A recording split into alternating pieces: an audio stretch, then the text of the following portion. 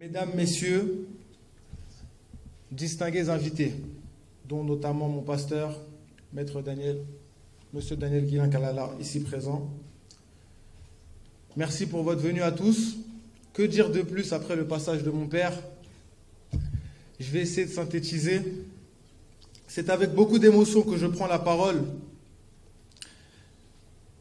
Vous comprendrez mon émotion, car dans ma vie professionnelle, dans ma carrière de footballeur, en plus du terrain de football, je me lance sur un autre terrain, celui de l'humanitaire, de l'aide, du service et du développement. C'est en quelque sorte un autre match qui commence pour moi aujourd'hui. D'autres objectifs à atteindre, tout aussi importants, si ce n'est plus. Mais avant toute chose, je souhaite remercier tous ceux qui m'ont accompagné jusqu'à là aujourd'hui. Mes parents, mes frères et sœurs, mon épouse absente aujourd'hui, et tous mes proches qui m'ont soutenu depuis mes débuts, dont notamment ma famille ici présente, et tous mes proches ainsi que mes amis. Alors pourquoi créer une fondation? Dans la vie, les hommes passent, mais les structures restent et demeurent. Ainsi, je souhaite mettre en place une structure d'aide humanitaire, efficace, concrète, pour améliorer le quotidien des Congolais et de la jeunesse, en particulier tant à Kinshasa que dans les provinces. Pour l'année 2020, nous, donc la Fondation Cédric Bakambu, avons mis l'accent sur un programme en 5 axes que je vais vous présenter. Axe numéro 1, l'alphabétisation. Axe numéro 2, l'enseignement de base. Axe numéro 3, la valorisation de l'histoire de notre pays. Axe numéro 4, la promotion des nouvelles technologies. Axe numéro 5, pour terminer, le sport. Nous allons commencer par le premier axe, l'alphabétisation. Donner une chance à tous ceux qui n'ont pas eu l'occasion d'apprendre à lire et à écrire. Nous allons ouvrir des classes d'alphabétisation à travers la ville de Kinshasa dans un premier temps. La première classe sera située à Mongafula, au complexe scolaire Sourire d'enfants, dont les enfants sont présents ici dans la salle et que je vais vous demander d'acclamer. Veuillez vous lever, s'il vous plaît, les enfants. Ils sont pas... les représentants, alors c'est pas grave. Et vous souhaitez la bienvenue.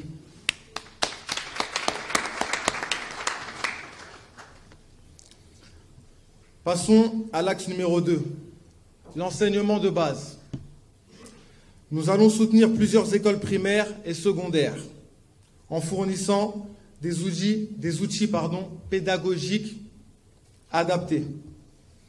À cet effet, nous remercions la Fondation Vodacom, qui va amplifier notre action en fournissant à plusieurs écoles des outils modernes.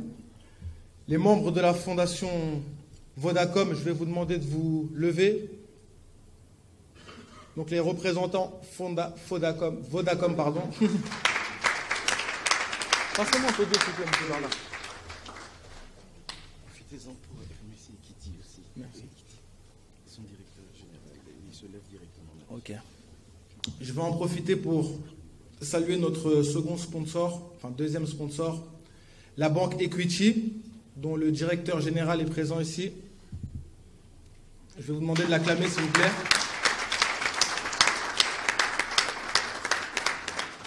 Merci pour votre soutien. Passons à l'axe numéro 3, la valorisation de l'histoire de notre pays.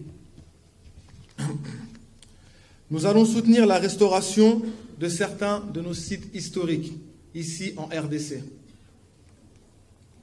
Quand je dis site historique, je pense notamment au site des esclaves de Ntiafumu, près de Mwanda. Ce site représente la mémoire de notre pays.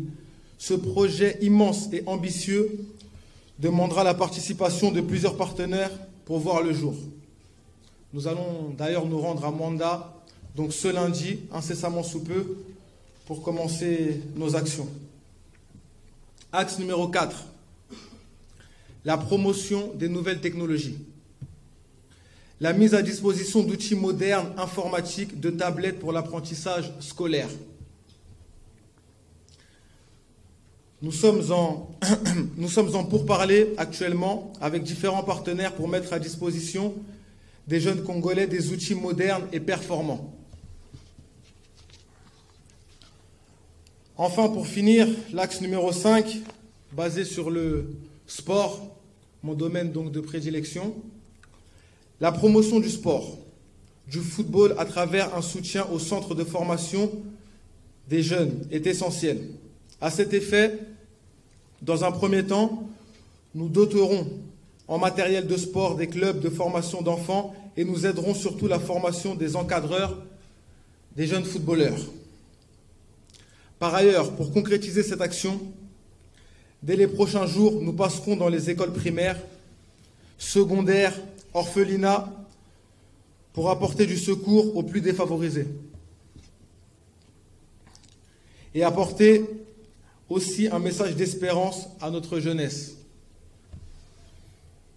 En conclusion, pour que notre action puisse réussir et puisse aboutir, nous avons besoin de vous tous,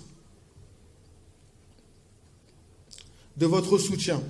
La Fondation Cédric Bakambu est ouverte à tous ceux qui veulent travailler au développement, à l'amélioration des conditions de vie du peuple congolais. Je vous remercie et longue vie à la Fondation Cédric Bakambu. Félicitations. La conférence est consacrée au lancement de la Fondation Cédric Bakambu. Donc, je dois suivre, écouter.